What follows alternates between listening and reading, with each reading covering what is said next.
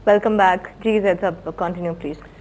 देखिए, ये एक प्राइमरी रिक्वायरमेंट है पाकिस्तान की। पिछले चंद सालों में हमने अरबों अरबों रुपए एक्सचेंज रेट में लूज किए हैं, इसलिए कि हमने अपने तमाम रिजर्व डॉलर्स में रख के अमेरिकन बैंकों में रखे हुए हैं, और अमेरिकन गवर्नमेंट, अमेरिकन बैंक्स और ज़ायनिस्ट्स पूरे पाकिस्तान की दौलत कंट्रोल करते हैं। देखिए, एक मिसाल हम आपको देते हैं। सऊदी अरेबिया ने पिछले 60 साल से जितने डॉलर्स ये कमा रहे थे, पेट्रो डॉलर्स, वो तमाम की तमाम इन्वेस्टमेंट्स ये अमेरिकन बैंकों में, अमेरिकन इकोनॉमी में करते रहे। नतीजा ये है कि तकरीबन 1.5-2 ट्रिलियन डॉलर्स की सऊदी इन्वेस्टमेंट्स हैं अमेरिका में। अब हाल ये है कि इतने पैसे जब सऊदीज ने इन्वेस्ट कर दिए हैं अमेरिकन इकोनॉमी में, अमेरिकन ने वापस तो कभी नहीं करने ये, बल्कि जब्त कर लेने। कुरान ने जो इन यहूदियों की डेफिनेशन ये बताई हुई है कि अगर आप इनको एक दरहम एक दिनार भी, जिसका मफहूम ये है कि आप इनको एक थोड़ी सी रकम या दरहम दिनार भी दें तो ये जो मर्जी आप कर लीजिए, ये पैसे वापस आपके नहीं करेंगे जब तक आप इनकी जान को ना आ जाए। ये इनकी फितरत है इन यहूदियों की। अब जब ये हिमाकत उम्मत कर ही चुकी है, ये हिमाकत सऊदीज कर ही चुके हैं कि 60 साल से जो तेल निकल रहा था, 70 साल से जो सारी दौलत मुसलमानों की निकल रही थी, 90% इन्वेस्टमेंट इन्होंने तमाम की तमाम अमेरिका में की, डॉलर्स में की, अमेरिकन इकोनॉमिक सिस्टम में की। नतीजा ये हुआ कि 9/11 के बाद जब सारा हंगामा शुरू हुआ सऊदियों के खिलाफ, और ये इल्ज़ाम के तमाम हाईजैकर्स जो थे उसमें अक्सर सऊदी अरेबिया के थे, तो एक मुकदमा दायर किया गया सऊदी अरब के खिलाफ अमेरिका में, और उस पर हर्जाना दायर किया गया तकरीबन 1.5 ट्रिलियन डॉलर का, यानी तमाम सऊदी इन्वेस्टमेंट्स जो कि अमेरिका में थी। कोर्ट में केस ये फाइल किया गया कि इनको जब्त कर लेना चाहिए, क्योंकि सऊदी शामिल थे 9/11 में। 9/11 भी खुद CIA का कराया हुआ, केस भी खुद दायर करवाया। और इसका मतलब समझते हैं क्या? इसका मतलब यह है कि 70-80 साल से जो सऊदी तेल निकल के जो डॉलर मुसलमानों की जमीन से खजाने निकल रहे थे, उस खजानों के डॉलर जो ये कमाते थे, वो डॉलर वापस ले जाके यहूदी बैंकों में रखते थे, और अब यहूदियों ने कहा है कि हम इसमें से एक ढेला वापस नहीं करेंगे।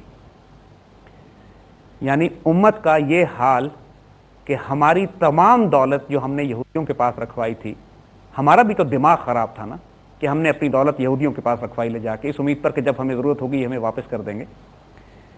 यही हाल अब पाकिस्तान कर रहा है। हमने अपने तमाम फॉरेन एक्सचेंज रिजर्व, जिनकी ये बात करते हैं कि 14 अरब और 15 अरब और 10 अरब और जितने भी अरब इनके रह गए, वो तमाम के तमाम फॉरेन बैंक्स में इन्वेस्टेड हैं, चाहे वो स्टेट बैंक अकाउंट्स हों या प्राइवेट बैंक अकाउंट्स हों, और ये सब के सब उनको इन्वेस्ट करके सूद ले रहे हैं डॉलर्स पे। अब इसमें दिक्कत ये है कि आप किस शख्स से कैसे लड़ सकते हैं अगर आपके तमाम रिजर्व, तमाम दौलत उसकी जेब में रखी हुई हो तो, क्योंकि वो पहला काम वो ये करेगा कि आप पे इकोनॉमिक सैंक्शंस लगाएगा, आपके पैसे जब्त कर लेगा। ये कर चुके हैं 100 मुल्कों के साथ, आंख तो हमारी नहीं खुलती कभी। ईरान में जब इनकलाब आया तो ईरान के अरबों डॉलर जो कि शाह के जमाने के अमेरिकन बैंक्स में थे, वो इन्होंने फ्रीज कर लिए। और दुनिया के हर मुल्क के साथ करते हैं। जिस मुल्क के साथ इनकी झड़प शुरू होती है, जिस मुल्क के साथ, जो मुल्क इनके मुकाबले में आंखों में आंखें डाल के खड़ा होकर अपनी इज्जत और गैरत की बात करता है, ये सबसे पहला काम ये करते हैं कि उसके फॉरेन एक्सचेंज रिजर्व्स, उसके डॉलर जो उनके अकाउंट्स में होते हैं, वो फ्रीज कर देते हैं। तो पाकिस्तान को पहला काम तो हमें यह करना है लाजमन कि जो अपने फॉरेन एक्सचेंज रिजर्व्स हैं उन पर सूद कमाने के बजाय उनकी एक बहुत भारी तादाद को हमको रियल वेल्थ में कन्वर्ट करना है in real strategic gold reserves. Her state bank के पास गोल्ड रिजर्व्स होते हैं, पाकिस्तानी स्टेट बैंक के पास भी गोल्ड रिजर्व्स हैं, लेकिन जो हमारे गोल्ड रिजर्व्स की तादाद है बहुत थोड़ी रह गई है, यानी चंद 100 मिलियन डॉलर भी शायद ना हो। लेकिन हमें कम से कम आज के इक्विवेलेंट्स में 20 अरब डॉलर के मुकाबले के गोल्ड रिजर्व्स पाकिस्तान के पास होने चाहिए। The real wealth based economy. और ये यकीन कीजिए ये कोई इतना मुश्किल काम नहीं है। ये बात हम आपको इसलिए कह रहे हैं कि अगर हमारे मुल्क में खयानत ना हो, देखिए हमें पूरा सीक्वेंस बिल्ड करते हुए आए हैं कि पाकिस्तान के अंदर आपको क्या क्या स्टेप्स लेने हैं, क्या क्या मेजर्स लेने हैं कि अपने मुल्क की आमदनी बढ़ाई जा सके और जो आमदनी मुल्क में है वो ज़ाया ना हो। प्रोसेस हम पूरा समझा चुके हैं कि ये होता किस तरह है। कि ये हमें एक फेक पेपर करेंसी का कर्जा देते हैं, पेपर करेंसी भी नहीं, डिजिटल करेंसी का कर्ज देते हैं, फिर मुल्क की सारी दौलत एक्सपोर्ट की जाती है, फिर वही दौलत हमें एक बहुत ही घटिया और कम कीमत पे हमें उसकी पेमेंट की जाती है जो डॉलर्स में, और वो डॉलर हम वापस इनके पास अकाउंट्स में रख देते हैं, और फिर ये जब चाहते हैं हमारे अकाउंट्स फ्रीज कर लेते हैं।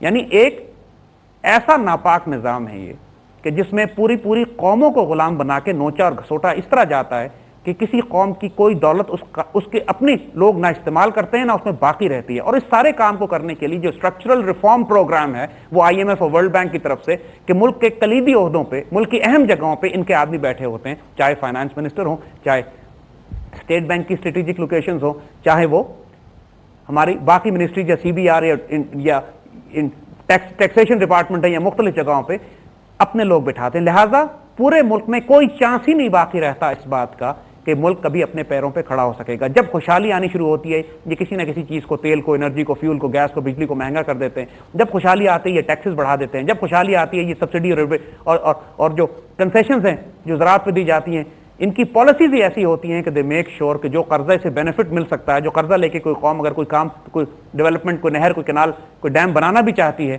تو یہ اس کا بیڑا غرق کرا دیتے ہیں ان پالیسیز کی وجہ سے.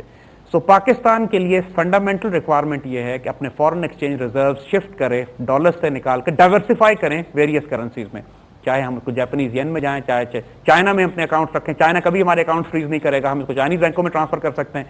ہم مسلمان بینکوں میں جا سکتے ہیں جو مڈل ایسٹ میں ہیں. یہ ہم اس وقت کی بات کر رہے ہیں ٹیمپرری ارینجمنٹ کی, اس کو ہم سولوشن کے طور پہ نہیں دے رہے ہیں, لیکن ایک اسٹاپ گیپ ارینجمنٹ کی, چونکہ ہم باہر ہمارے ملک میں حکومت ہماری تمام تر ڈیل ہی اس بینکنگ سسٹم اور پیپر کرنسی میں کر رہی ہے اور ڈیجیٹل اکانومی میں کر رہی ہے, تو فی الحال اسٹاپ گیپ ارینجمنٹ میں کفر کے نظام کو ہی آپس میں لڑانے کے لیے ایک ارینجمنٹ یہ ہے کہ ڈالر سے باہر آئیں. پہلی بات. نمبر 2, گولڈ ریزرو بلڈ کرنا شروع کریں. اگر یہ گولڈ ریزرو بہت پہلے سے بنانا شروع کر دیتے تو نہ جانے آج ہمارے پاس کتنا ہو چکا ہوتا, لیکن پرائرٹی ہی نہیں تھی, بلکہ گولڈ بیچ کے یہ ڈالرز کماتے رہے. فارن ایکسچینج گولڈ ریزروز ہمارے کم ہوتے رہے اوور پیریڈ آف ٹائم, بڑھتے نہیں رہے. تیسرا کام جو پاکستان کو لازمن کرنا ہے وہ یہ کہ ہم ایران, روس اور وینیزویلا کی طرح اپنی ٹریڈنگ ڈالر کی اکانومی چھوڑ کر یورو یا دوسری کرنسی بیسڈ اکنامک ماڈل میں جائیں, ایک آلٹرنیٹ اکنامک کیمپ میں جائیں. یہ سب سے اہم سٹیپ ہوگا اس کفر ہی کے نظام کو آپس میں لڑوانے کا.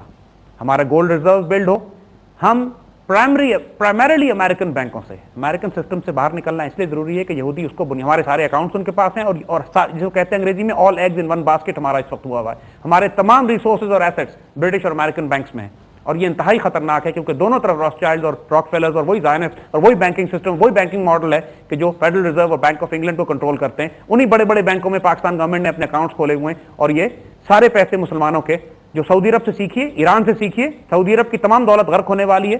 جس لمحے سعودی عرب نے ذرا ڈیفیکلٹی کریٹ کی امریکنز کے لیے, اس کے سارے ایسٹ سیز کر دیے جائیں گے. امریکن کر چکے ہیں ایرانیوں کے ساتھ یہ, اور دنیا کے ہر اس ملک کے ساتھ کر چکے ہیں کہ جو ان کے مقابلے پہ کھڑا ہوتا ہے. ہمیں کیوں نہیں سبق ملتا اس بات کا؟ کیونکہ وہ وقت دور نہیں ہے کہ انہوں نے ہم پر حملہ بھی کرنا ہے اور ہم سے جنگ بھی کرنی ہے اور ہمارا بیڑا غرق بھی کرنا ہے.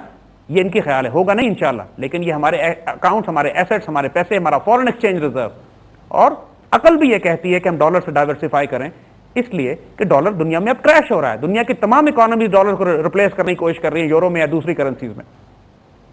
حالانکہ یورو کا اپنا حال یہ ہے کہ یورو دنیا کی واحد کرنسی ہے جس کا کوئی ملک نہیں ہے. عام طور پہ ملک ہوتے ہیں اور ان کی کرنسی ہوتی ہے, اور یورو ایک ایسی کرنسی ہے جس کا کوئی ملک نہیں ہے.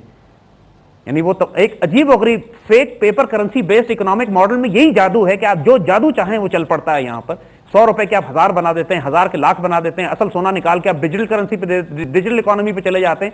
ایک کرنسی بنا دی جس کا ملک ہی نہیں ہے, لیکن اس کے باوجود یورو اور ڈالر آپس میں کلیش کرتے ہیں.